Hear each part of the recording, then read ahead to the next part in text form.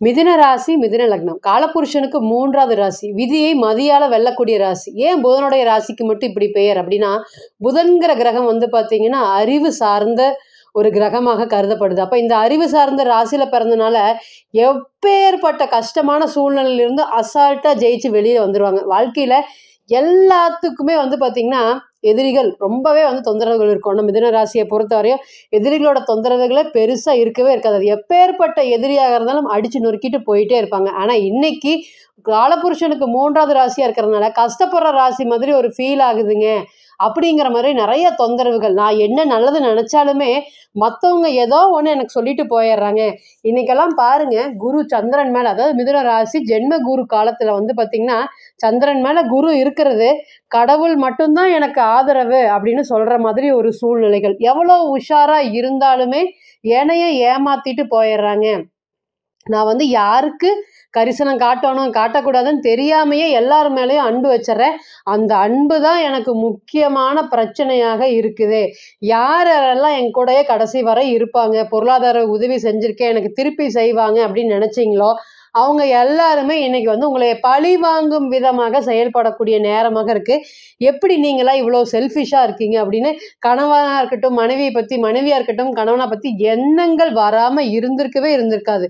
ஏறக்குறைய திருமணமாகி 10 வருடங்கள் 15 வருடங்கள் கடந்தாலுமே இந்த எண்ணம் இந்த ஜென்ம குரு காலத்துல வருமா அப்படின்னு கேட்டீங்கன்னா, எஸ், நிச்சயமா வரும். ஏன் செல்ஃபிஷா இருந்துட்டோம், நீங்களாம் செல்ஃபிஷா இருந்துட்டீங்க அப்படிங்கிற 1000 கேள்விகள் ரொம்பவே அதிகமா இருக்கு. மிதுன ராசிக்கு இன்னைக்கெல்லாம் குழப்பங்கள் ரொம்ப அதிகமா இருக்கு. காசுக்கு தாங்க மரியாதை, மற்ற எதுக்குமே இல்லை அப்படிங்கிற பாடத்தை சனீஸ்வர பகவான் அஷ்டமத்துல இருந்தும் சரி, 9ஆம் இடத்துல இருந்தும் சரி, இன்னைக்கு 10ஆம் இடத்துல தொழில் ஸ்தானத்துல இருந்தும் பெரிய அளவுக்கு வந்து ஒரு பாடத்தை ஏற்படுத்தி கொடுத்துருக்காரு. உங்க ராசியை பொறுத்தவரை ஒரு பலம், ஒரு பலவீனம். ஒரு பிரச்சனைகள் வந்தாவே ஒரு சந்தோஷமான ஒரு சூழ்நிலைகள் வருது, கூட ஒரு பிரச்சனைகளான சூழ்நிலையே வருது. மகிழ்ச்சி நினைச்சு சந்தோஷப்படுறது முன்னாடியே ஒரு வருத்தம் நடந்துருது. அந்த மாதிரி என்ன ஒண்ணு வந்து வந்தாலுமே இன்னொன்னு என்ன வரப்போகுது அப்படிங்கிற கவலைகள் ரொம்பவே அதிகமா இருக்கு. இருந்தாலுமே சனீஸ்வர பகவானுடைய அருளால எவ்வளோ பிரச்சனைகள் இருந்தாலும் தாண்டி ஜெயிச்சுட்டு வந்திருக்கீங்க. இன்னைக்கு உங்களுக்கு நல்ல விதமா இருக்கக்கூடிய பிளானட் வந்து முதல் தர யோகமா இருக்கிறது சனீஸ்வர பகவான் தான். குரு பகவான் வந்து பாத்தீங்கன்னா 50க்கு 50 அந்த சதவீதத்தில் இருக்காரு. அதே போல ராகுவோடைய கோச்சாரம் 9ஆம் இடத்துல இருக்கு. கேது வந்து பாத்தீங்கன்னா முயற்சி ஸ்தானத்துல இருக்கு. மிதுன ராசியை பொறுத்தவரையும் பல பிரச்சனைகள், 1 2 இல்லைங்க, குழப்பமான சூழ்நிலைகள், குழப்பமான குடும்பம், அதே போல பண பிரச்சனைகள் தலை விரிச்சு ஆடுது. நான் போட்ட பட்ஜெட் ஒண்ணு, நான் ஒரு விஷயம் வந்து பாத்தீங்கன்னா பிளான் பண்ணினது ஒண்ணு, ஆனா கடைசியா நடந்தது ஒண்ணு அப்படின்னு சொல்லாம இருக்க முடியாது. என்னைக்கு குரு வந்து உங்க ராசிக்கு 12ல மறைஞ்சாரோ, ஒரு நல்லவரா இருந்தாலும் பாதகாதிபதியா இருக்கட்டும், குருங்கிற சுபகிரகம் என்னைக்கு ராசிக்கு 12ல போகணும், அன்னைக்கே உங்களுடைய பணம் அப்படிங்கிறது, மணி ஃப்ளோ அப்படிங்கிறது எப்பவோ நின்றுச்சுங்க. இப்ப இல்ல, எப்பவோ நின்றுச்சு. பணத்துக்கு அடிதடி சண்டை சச்சரவுகள் இல்லாத நாளே இல்லை.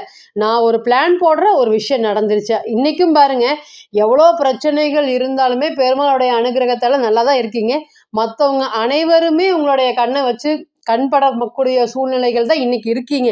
கண் திருஷ்டியை பொறுத்தவரை மிதுன ராசி ரொம்பவே அதிகம். ஏன்னா ரொம்ப புதனுடைய ராசிங்கிறனால புத்திசாலித்தனம் அதிகமாக இருக்கும். ட்ரெஸ்ஸிங் சென்ஸ் எல்லாம் ரொம்பவே பக்காவா பண்ணுவீங்க.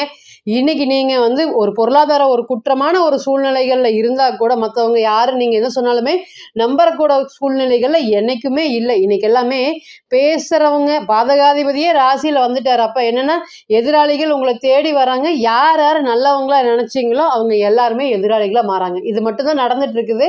மிதுன ராசி மற்றும் மிதுன லக்னத்திற்கு சொல்ல முடியாத பலன்கள், பல விஷயங்கள் நடந்திருக்கு. என்னன்னு கேட்டீங்கன்னா, குருங்கிற கிரகம் வந்து 12ல இருக்கிறனால குழந்தைகளா இருக்கட்டும், யாரு நீங்க, உங்க மேல எனக்கு ஒன்றும் பெரிய கரிசனைகள் இல்லை, நான் என்ன சொன்னாலும் என்னுடைய குழந்தைங்க புரிஞ்சுக்க மாட்டேங்கிறாங்க, பெரிய பையனா இருக்கட்டும், அவங்களுடைய செயல்பாடுகள் எங்களுக்கு வருத்தம் கொடுக்குற மாதிரி இருக்குது அப்படிங்கிற மாதிரி குழந்தையை நினைச்சு கவலைப்படாத மிதுனம் அப்படிங்கிறது இல்லவே இல்லைங்க. நல்லா இருக்கும். திடீர்னு குடும்பத்துல ஏதாவது ஒண்ணு குழந்தைங்கள்னால சின்ன சின்ன சண்டை சச்சரவுகள் வந்து அப்படியே சூழ்நிலைகளே மாறி போயிருதுங்க அப்படிங்கிற மாதிரி நிறைய கவலைகள் கொடுத்துருக்கு. இந்த நேரத்துல வந்து பாத்தீங்கன்னா குரு பகவான் அப்படிங்கிறவர் வந்து பாத்தீங்கன்னா சூரியனோட சேர்ந்து இணைஞ்சிருக்கக்கூடிய இந்த 16/6/2025 மேல இந்த ராசியை பொறுத்தவரையும் சூரிய பகவான் அப்படிங்கிறது வந்து ஒரு யோகாதிபதினு சொல்லலாம். ஏன் அப்படின்னு கேட்டீங்கன்னா, 3ஆம் அதிபதி, தனிச்ச 3ஆம் இடம். எப்பவுமே 3 6 தொடர்பு பெறக்கூடவே கூடாது. ஆனா மிதுன ராசியை பொறுத்தவரையும் சூரிய பகவான் முயற்சி ஸ்தானாதிபதியா வர்றார். 3ஆம் அதிபதி ராசிக்கு வந்து ராசியிலே குரு இருக்கக்கூடிய உன்னதமான பலன்கள். குரு சூரியன்கிற சிவராஜ யோகம் கஷ்டப்பட்டுட்டு இருந்த மிதுன ராசிக்கு கை தூக்கி விடக்கூடிய காலமாக நிச்சயமா இருக்கும். வேற எந்த ராசிக்கு சப்போர்ட் பண்ணாலும் பண்ணாட்டியுமே குரு சூரியன் அப்படிங்கிற சிவராஜ யோகம் மிதுனத்துக்கு கண்டிப்பா சப்போர்ட் பண்ணது, எந்த ஒரு மாற்றமும் இல்லை. ஓம் குரு பகவானே போற்றி போற்றின்னு சொல்லி அவர் பாதம் வணங்கி அவர் தரக்கூடிய நற்பலன்கள் இந்த மாசம் எப்படி இருக்க போகுது. குரு அப்படிங்கிறது வந்து பார்த்தீங்கன்னா ஒரு தலைமைக்கான காரகிரகம். சூரியனும் பெரிய தலைமைக்கான காரகிரகம். அப்போ தலைமை பண்பு இந்த நேரத்தில் உங்களுக்கு அதிகரிக்குது. நான் ஆல்ரெடி ஒரு இடத்துல இருக்கேன், பெரிய போஸ்டிங்க்கு பெரிய பதவிக்கு முயற்சி பண்ணிட்டு இருக்கேன், ஜானேர்னா முளம் சறுக்குதுங்க, என்னன்னு எனக்கு தெரியவே மாட்டேங்குது.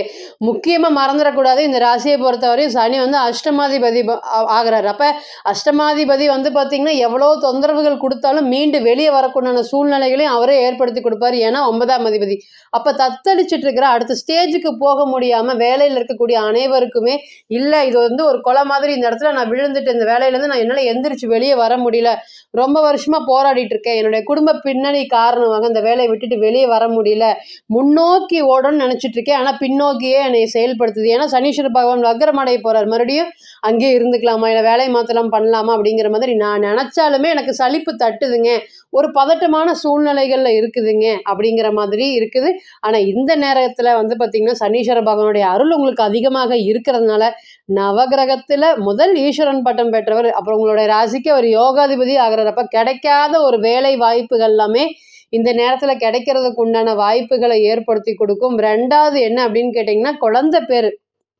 மிதுன ராசியை பொறுத்த வரையும் குழந்தை தான் ரொம்ப முக்கியத்துவம், குழந்தைக்கு ரொம்ப முக்கியத்துவம் கொடுப்பாங்க. ஏன்னா 5ஆம் அதிபதி இன்னொரு யோகாதிபதியான சுக்கிரன் வராரு. அப்போ சுக்கிரன் ராசியில் இருந்தாலும் சரி, ராசியை பார்த்தாலும் சரி, சுக்கிரனுடைய பெயர்ச்சியும் பாருங்க உங்களுடைய ராசிக்கு 11ஆம் இடத்துல வரப்போறாரு, 5ஆம் இடத்த பார்க்க போற. அப்போ குழந்தை இல்லைன்னு இந்த காதில் கேட்டு கேட்டு கேட்டு சடைஞ்சு போச்சுங்க, எங்களுக்கு எப்போ குழந்தை செல்வம் கிடைக்கும், ரொம்ப வருஷமாச்சு திருமணம் ஆகி, கிட்டத்தட்ட 5 வருஷம் 7 வருஷம் ஆயிடுச்சு, 1000 ட்ரீட்மெண்ட் பார்த்துமே குழந்தை இல்லை, என்னோட மனைவி வெளியே இருக்காங்க, நான் வெளியே இருக்கேன், இருந்தாலும் நாங்கள் வந்து பார்த்தீங்கன்னா கன்சீவ் ஆகிறதுக்கு ரொம்ப பிரச்சனைகள் ஆயிட்டு இருக்கு, போகாத கோயில் இல்லை, வேண்டாத தெய்வம் இல்லை, அந்த அளவுக்கு பிரச்சனைகள் அதிகமாக கொடுத்துட்டு இருக்கக்கூடிய குழந்தை சம்பந்தப்பட்ட விஷயங்கள் அனைத்துக்குமே இந்த நேரம் நல்ல ஒரு தீர்வு கிடைக்குங்க. அந்த குழந்தைகளால நமக்கு கஷ்டங்களோ மனக்கரைகளோ எல்லாமே வந்து இந்த நேரம் சரியாகக்கூடிய ஒரு நேரத்தையும், இத்தனை நாளாக கெட்டதை ஏற்படுத்தி கொடுத்துட்டு இருந்தவருமே இனி நல்லதை ஏற்படுத்தி கொடுக்கக்கூடிய ஒரு காலமாக இருக்கும். அதே போல குடும்பம் சார்ந்த ஒற்றுமை தான் ரொம்ப அதிகமாக இருக்குது. மிதுனத்தை பொறுத்தவரையும்